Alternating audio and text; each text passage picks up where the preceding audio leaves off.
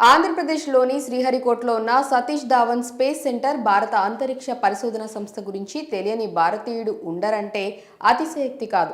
ఈ స్పేస్ సెంటర్లో ఎన్నో అద్భుతాలని మన సైంటిస్టులు ఆవిష్కరించారు. చంద్రుడిపై రాకెట్ని ప్రయోగించడం మొదలు తాజాగా ఆదిత్య L1 పరిశోధనల వరకు ఎన్నో అద్భుతాలను సృష్టించారు.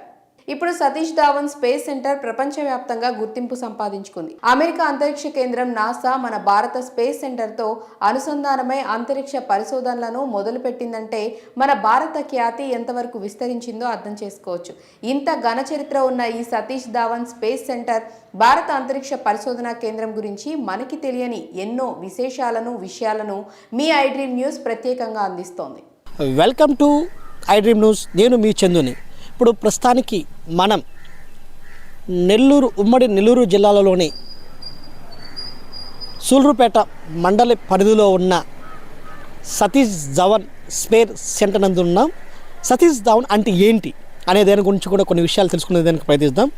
అసలు సతీష్ ధావన్ ఏ విధంగా ఉంటుంది, అసలు ఈ సతీష్ ధావన్లో ఏం ప్రయోగాలు ఉంటుంది, ఇది సైన్స్కి ప్రాధాన్యతగా ఎందుకు ఇస్తారు, దాని విషయాలను తెలుసుకునే దానికి మనతో ఒక గొప్ప ఉపాధ్యాయుడు మరియు ఒక విజ్ఞానవంతుడు ఉస్మాన్ బాషా గారు ఉన్నారు. ఆయన ద్వారా కొన్ని విషయాలు తెలుసుకునే ప్రయత్నిద్దాం.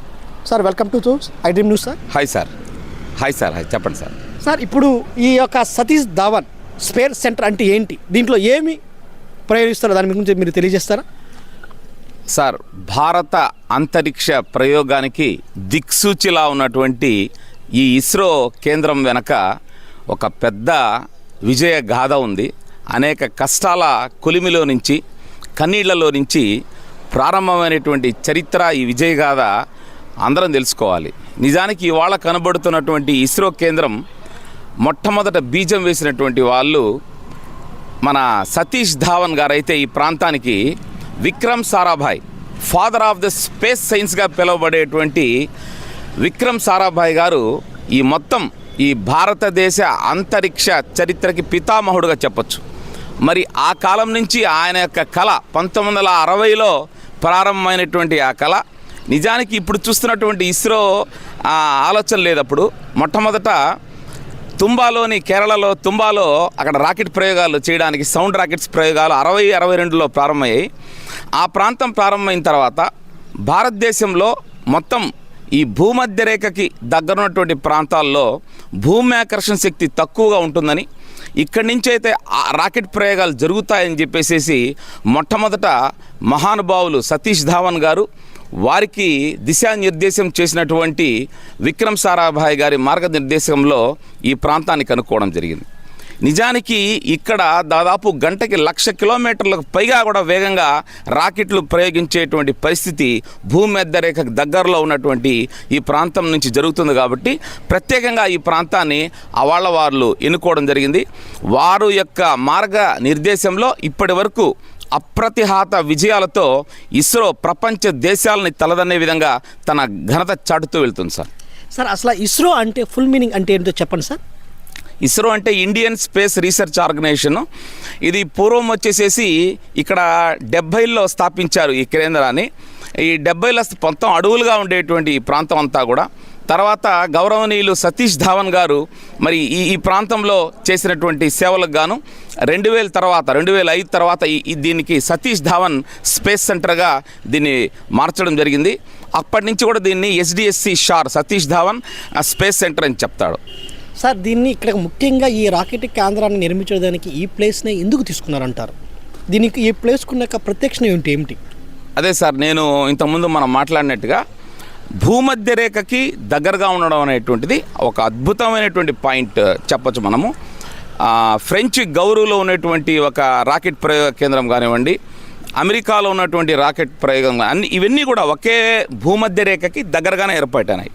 ఆ సిద్ధాంతంతో పాటు మరి వసతులు చాలా ముఖ్యమైనటువంటిది. ఇక్కడ చుట్టూ సముద్రం ఉండడం, ఆ సముద్రం పూర్తి రక్షణ, రాకెట్ ప్రయోగాలు ఏవైనా విఫలమైనప్పుడు కూడా పూర్తి స్థాయిలో సేఫ్టీ గ్రౌండ్స్ కింద సముద్రం ఉండడం అనేటువంటిది ఒక ప్లస్ పాయింట్గా చెప్పుకోవచ్చు.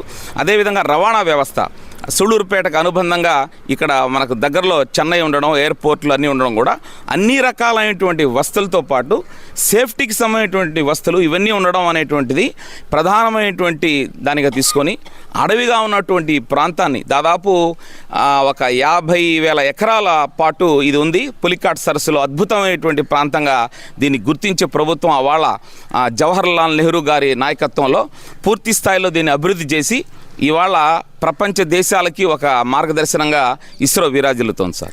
సార్, ఈ యొక్క రాకెట్లని ఎంతో ఖర్చుతో కూడిపెట్టి ఈ రాకెట్ ప్రయోగాన్ని చేస్తున్నారు. ఈ రాకెట్ ప్రయోగాన్ని చేసేదానికి ఏ విధంగా లాంచ్ ప్యాడ్లు ఇక్కడ ఎన్ని ఉన్నాయి, ఏ విధంగా వాటి వల్ల ఉపయోగాలు ఏమిటో తెలియజేస్తారు సార్? తప్పకుండా సార్, ఇది ఒక అద్భుతమైనటువంటి ప్రశ్న. 1980లో ఇక్కడ 70లో ప్రయోగాలు స్టార్ట్ అయినాయి. 79-80 సంవత్సరం కీలకమైనటువంటి సంవత్సరంగా చెప్పొచ్చు. విదేశీయుల దేశాల యొక్క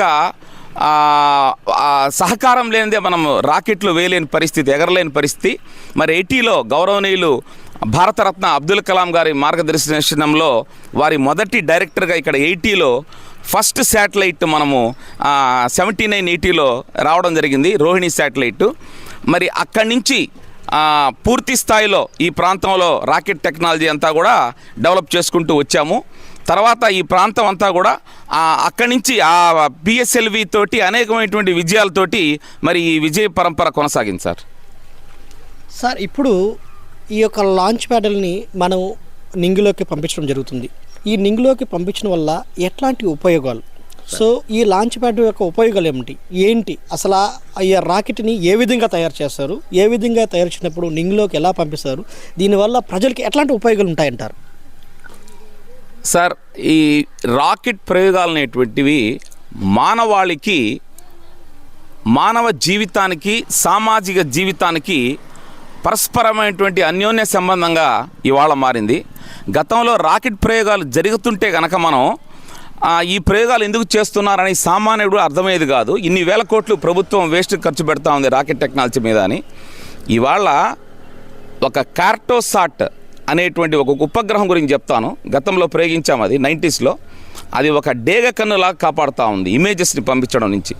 అదొక్కటే కాదు, ఇన్సాట్ బి కానివ్వండి, ఇన్సాట్ రాకెట్లు కానివ్వండి, PSLVలో పంపించిన రాకెట్లు, నిజంగా PSLV ద్వారా ప్రధానమైన రాకెట్లు 104 శాటిలైట్స్, 104 శాటిలైట్స్ని ఒకే రాకెట్తో పంపించాం. ఒక అద్భుతమైనటువంటి ప్రక్రియ. Mars mission, Mangalyaan MOM project 13-14లో దానివల్ల అద్భుతమైనటువంటి ఫలితాలు వచ్చాయి. దేశవ్యాప్తంగా నిఘా వ్యవస్థ, ఈరోజు వర్షం ఎప్పుడు వస్తుందో కూడా మీకు మెసేజ్ వస్తుంది సార్. తుఫాన్ ఎప్పుడు వస్తుందో మనకు వారం ముందు చెప్తున్నాం. గతంలో తుఫాన్లు ఎప్పుడు వస్తాయో మనకు అక్కడ ఒకటి చెప్తే ఇక్కడ ఒకటి జరిగేది.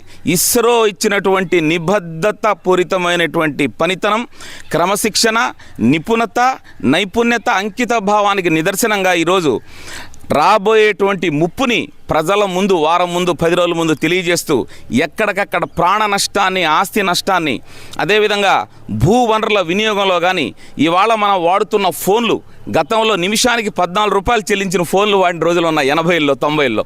ఇవాళ జస్ట్ ఒక పైసా ఖర్చుతో మనం ఫోన్లు మాట్లాడుతూ ప్రపంచ దేశాలని ఒక గ్లోబల్ విలేజ్గా మార్చినటువంటి ఘనత ఇస్రో శాస్త్రవేత్తలదని గర్వంగా చెప్పచ్చు సార్. సార్, ఇక్కడ ప్రధానంగా ఇంకోటి ఏంటి అంటే, ఈ స్థానిక సంబంధించిన, ఈ సూళ్ళూరుపేటకి సంబంధించిన ఒక గొప్ప షార్కి సంబంధించిన ఒక ఎంప్లాయీ డైరెక్టర్గా ఎదగడం జరిగిందంట. ఆయన ఏ విధంగా సేవలు అందించారు, ఆయన పేరేమిటో మీ యొక్క వాయిస్ ద్వారా వినాలని మేము అనుకుంటున్నాం. చాలా సంతోషం అండి. సూళ్ళూరుపేట ప్రభుత్వ ఉన్నత పాఠశాలలో చదివి మరి ఈ ఇస్రో కేంద్రంలో తలమానికంగా పనిచేసినటువంటి తెలుగువాడు, పద్మశ్రీ అవార్డు గ్రహీత గౌరవనీయులు శ్రీ నారాయణ గారు. మేమందరం ఆ స్కూల్లో చదువుకున్నాం.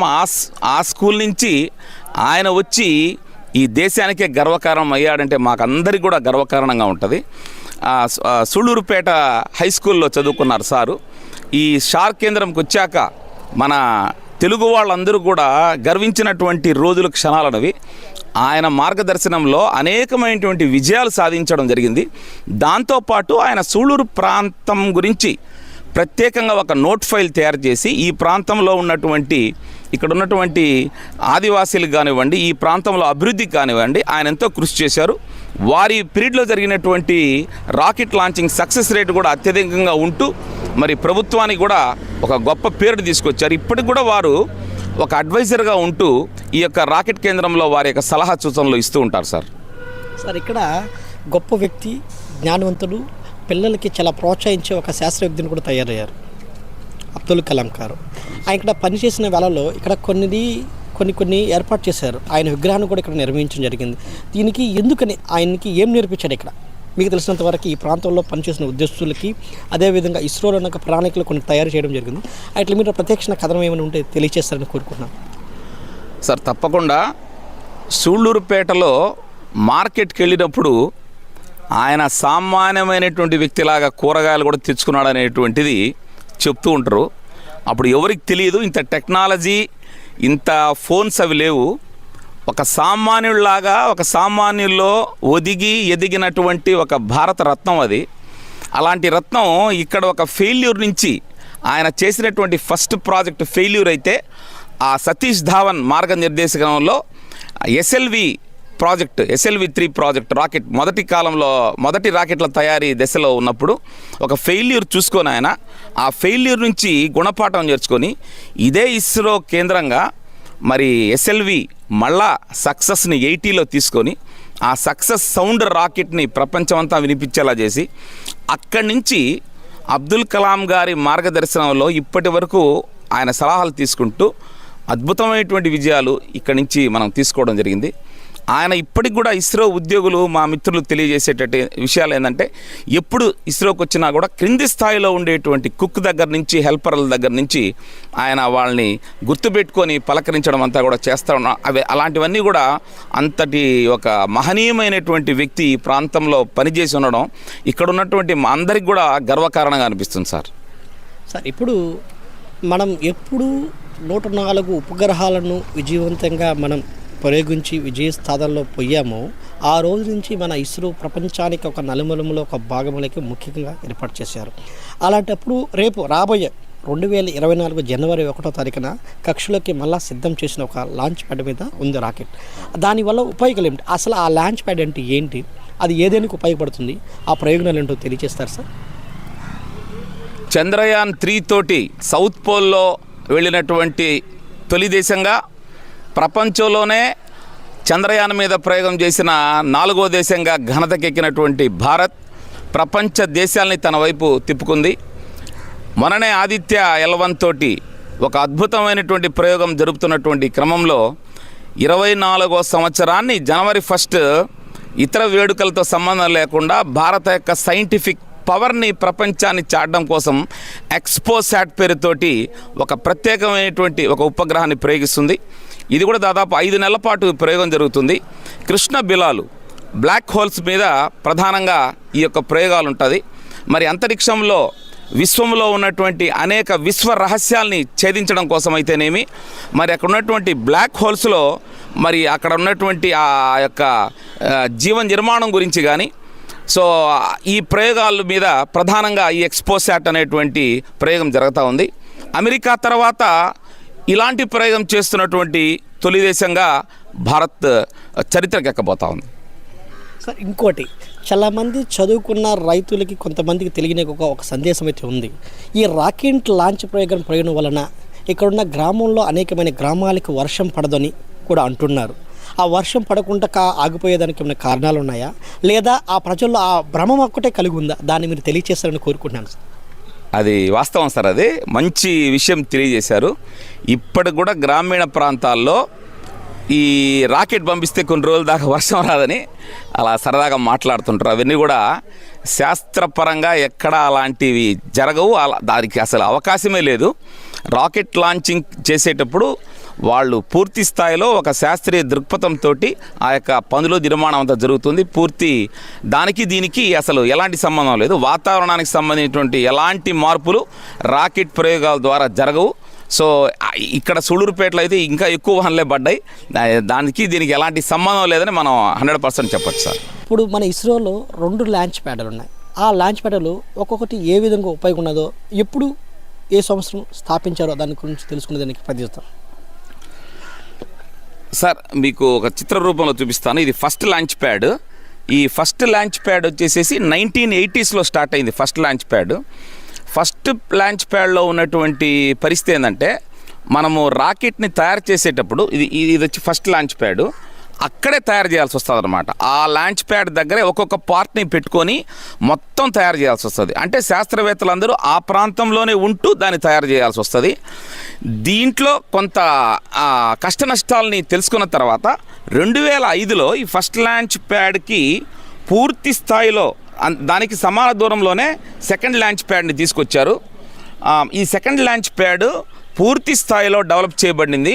ఇందులో అద్భుతమైనటువంటి ఏ పార్ట్ అయినా కూడా ఇక్కడ వచ్చి అసెంబ్లీ అయ్యి మొత్తం డైరెక్ట్ ఇక్కడ తీసుకొచ్చి అసెంబ్లీ చేస్తారు. అంటే వివిధ ప్రాంతాల్లో తయారైనటువంటి ఒక్కొక్క పార్ట్ని తీసుకొచ్చి ఇక్కడ రెడీ చేసి ఇక్కడ తీసుకొస్తారు. ఇక్కడ ఎక్కడ పార్ట్ నుంచి తీసుకొచ్చినా కూడా ఇక్కడ అసెంబ్లీ అవుద్ది. ఇది 2005లో వచ్చింది. పూర్తి స్థాయిలో అధునాతకమైనటువంటి టెక్నాలజీ, అధునాతకమైనటువంటి మిషనరీ దీంట్లో వాడడం జరిగింది. ఈ కాంప్లెక్స్ అంతా కూడా మన మోడీ గారు, గౌరవ ప్రధానమంత్రి గారు ఓపెన్ చేశారు. ఇది వచ్చాక మనం జిఎస్ఎల్వి, పిఎస్ఎల్వి ప్రయోగాలన్నీ కూడా దీంట్లో చేస్తూ ఉన్నాం. ఇప్పుడు ఇంతకుముందు పిఎస్ఎల్వి అక్కడ మనం ప్రయోగించడం జరుగుతూ ఉండేది. ఆ డిఫికల్టీస్ కానీ ఇప్పుడు లేవు. ఇక్కడి నుంచి ఫాస్ట్గా పెద్ద పెద్ద రాకెట్లన్నీ కూడా ఇక్కడి నుంచి మనం ప్రయోగాలు చేస్తూ ఉన్నాం సార్. మరో ఒక చిన్న సందేశం. గతంలో కొన్ని సంవత్సరాల క్రితము లాంచింగ్ ప్యాడ్ నుంచి నింగిలోకి ఏ విధంగా వెళ్తుందో ఇస్రో, ఇప్పుడు ఎలా వెళ్తున్నారో దాని యొక్క మధ్య ఎలా డిఫరెన్స్ ఉంటుందో దాని యొక్క మధ్య డిఫరెన్స్ని మీరు తెలియజేసాను కోరుకున్నాను. అంటే గతంలో ఎలాంటి రాకెట్ ప్రయోగించారో, అప్పట్లో రాకెట్ యొక్క ప్రయోగం ఎలా ఉంది, ఇప్పట్లో రాకెట్ యొక్క ప్రయోగం ఎలా ఉందో దాన్ని 2 నిమిషాలు వివరించాలనుకుంటున్నాను. అద్భుతమైనటువంటి ప్రశ్న. భారతదేశంలో రాకెట్ టెక్నాలజీని గతిని మార్చినటువంటి దార్శనికులు ఈ ఇస్రో కేంద్రంలో నుంచే వాళ్ళ దృష్టిని వాళ్ళు సారించడం వల్ల మన యొక్క ప్రయాణం 70లో స్టార్ట్ అయితే sound rockets, Rohini sound rocket first మనం చేసినటువంటి ప్రయోగం. బుల్లి రాకెట్లు తుంబాలో కూడా ఇప్పుడు చాలామంది చూస్తుంటారు, చిన్న చిన్న సైకిల్ మీద తీసుకెళ్తారు. సైకిల్ మీద రాకెట్ని అంటే ఉపగ్రహాలని తీసుకెళ్ళినటువంటి శాస్త్రవేత్తలు ఈరోజు అంటే దాదాపు 35 కిలోలు సార్. అప్పుడు ప్రయోగించినటువంటి సౌండ్ రాకెట్స్ యొక్క బరువు, శాటిలైట్ బరువు 35 కిలోలు. అక్కడి నుంచి 150 కిలోలు ఎస్ఎల్వి వచ్చేటప్పటికి, ఏఎస్ఎల్వి అటుకు వచ్చేటప్పటికి ఒక 150 కిలోలు 125 కిలోలు బరువు ఉండే శాటిలైట్లు వచ్చాయి. తర్వాత అక్కడి నుంచి రూపాంతరం చెంది పిఎస్ఎల్వికి వచ్చాం. దాదాపు 450 కిలోలు బరువు ఉండేవి.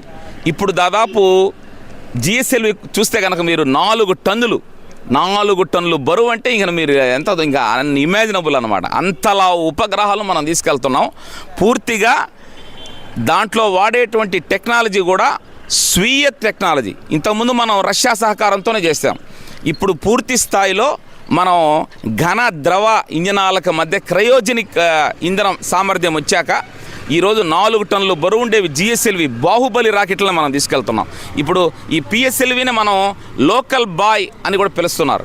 ఎందుకంటే దీని కెపాసిటీ ఇప్పటి వరకు ఫస్ట్ ప్రయోగం ఇది ఫెయిల్ అయినా కూడా ఆ 90sలో స్టార్ట్ అయింది. ఇది తర్వాత ప్రతిదీ 95% సక్సెస్ రేట్.